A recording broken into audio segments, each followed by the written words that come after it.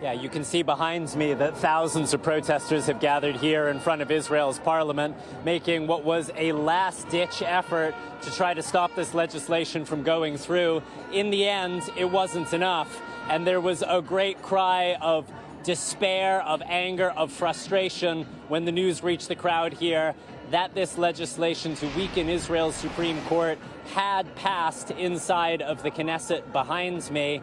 Now, some of these protesters had tears in their eyes. One woman we spoke to said she didn't know what she was going to tell her children about Israel's future as a democracy.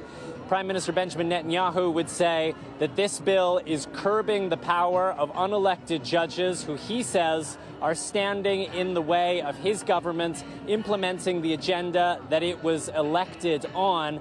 In the end, the vote was 64-0, with all 64 members of that right-wing religious government under Netanyahu voting for the measure, while opposition lawmakers streamed out of the chamber in opposition.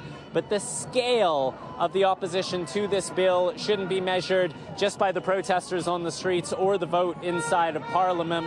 The business community is also speaking out against this. 150 major Israeli companies today closing their doors in protest at this legislation, and thousands of Israeli military reservists saying they will not show up for duty because they signed up to serve in the military of a democratic country, and they are no longer sure whether Israel is one or not.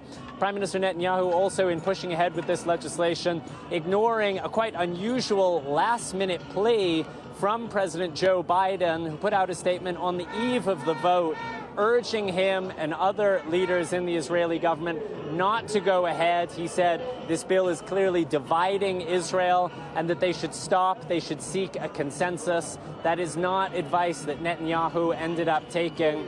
And there are real questions now with this government's power, to a certain extent unchecked, what they will do with the Palestinians in the occupied West Bank in Gaza, and what it will mean for minorities in Israel, the LGBTQ community, the rights of women, and what this will mean for the future of the relationship with the United States. Back to you.